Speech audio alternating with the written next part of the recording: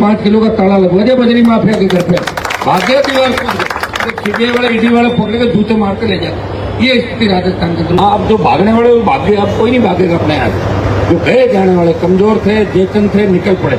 अब तो आए भी लोग उधर से, उसकी तैयारी भी आप कर लो। आने वाला समय आपका, इतना ही मैं विश्वास आपको दिलाता हूँ, निश्चित रूप से अच्छी खुशखबरी भी मिलेगी। और हम अगर ऐसा ही बढ़ते और आरपीसी पुनर्गठन के मामले में अगर हमारी जीत हो जाती है तो राजस्थान के नौजवानों की बहुत बड़ी जीत होगी, देश के अंदर मैसेज जाएगा। और आने वाले 3.5 साल आपकी पार्टी मजबूती से राजस्थान के अंदर दौड़ेगी। हम कांग्रेस के नेताओं की तरफ बयानवीर नहीं, जो खाली बयान देके और सोशल मीडिया पर भाषण देते हैं। खड़गे जी को लाए थे, 2,500 की भीड़ नहीं कर पाए, कुर्सियां लगा के मीटिंग करी इन्होंने 2,500-3,000 की। बाड़मेर गए, सारे एक साथ हो गए, बोले रेला करेंगे हम भी। कहाँ से रेला करोगे, 4,000 लोग नहीं है। ऐसे नहीं होता रेला, मन से होता। और नारे भी मन से लगाते हैं लड़के, कह दो मुंह इधर फेर लेंगे, लगाओ नारा, इधर हो जाते हैं, नहीं लगाते हैं बिना नारे भी। हनुमान बेनीवाल की इसलिए लगाते हैं कि अभी तक मैंने सत्ता का आनंद नहीं लिया। अगर मैं भी सत्ता में रह जाता 2-4-6 महीने, जैसे हमारे एसआई भर्ती की शुरुआत करो, मंत्री जी बीच में छोड़ के निकल गए थे, नहीं लग रहे नारे। जो बीच में चला गया उसको कोई नहीं मानता।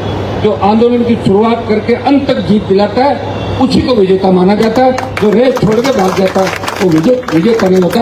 उसको लोग कहते तो बीच में निकल गए।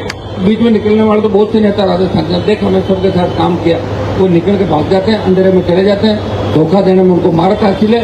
ऐसे लोगों के चक्कर में हमें नहीं पड़ा। हम नए नेता राजस्थान में तैयार करेंगे, सेकंड पीढ़ी के। ये मंच पे बैठे और मंचों पर मिलेंगे और जाएंगे, ढूंढेंगे, खोजेंगे, खुद पंचायत चुनाव से तैयार होंगे। और जो अब पिक्चर 28 की बनेगी वो इस राजस्थान की तकदीर लिखेगी आने वाले समय के अंदर। मुझे पूरा भरोसा है कि आप लोग इस बार जो ये जन आंदोलन आपने खड़ा किया, ऐसा ही भर्ती, आरपीसी पुनर्गठन, पेपर लीक की तमाम भर्तियों के, जो पेपर लीक के तमाम मुद्दे थे, जो भर्तियां संदिग्ध थी, चाहे रीट लेवल फर्स्ट की बात हो, उसकी सीबीआई जांच की मांग भी हम कर रहे हैं। और निश्चित रूप से हमारी जीत होगी। देर हो सकती है लेकिन जीत निश्चित है। थोड़ी आप हिम्मत रखो। गर्मी से बरसात में आ गए और बरसात भी खूब हो रही जाती है। जब तक 1 तारीख आएगी तो बरसात आती रहेगी। तो हमने सारे मौसम जो भी थे उनको मात दी। शाहजहांपुर बॉर्डर पर हमने सर्दी को मात दे दी। नागौर के कलेक्ट्रेट पर 43 दिन में बैठा, तब सर्दी को मात दी। वसुंधरा को उस समय झुकाया जब पहले दिन से उनकी सरकार की शुरुआत थी। तब लोगों ने कहा था कि हनुमान जी के धरने में तो गोलियां चलेगी, ये होगा। मैंने कहा चलेगी तो चल जाएगी, एक दिन चलनी है, वो तो कभी न कभी गोलियां नहीं चली, आके सरेंडर होगी सरकार। सरकार को सरेंडर होना ही पड़ेगा। और सरकार हमेशा मेरे सामने ही सरेंडर होती है। आप उठा के देख लो। बाकी तो लोग जाते हैं सब ये कर देंगे और जाके वापिस पीछे दरवाजे वापिस वही जाके बैठे। फाइलर साहब माने सर गए, वापिस जाए कांग्रेस का झंडा पकड़ लिया। अब कह रहे मुख्यमंत्री के दावेदार। कौन दावेदार?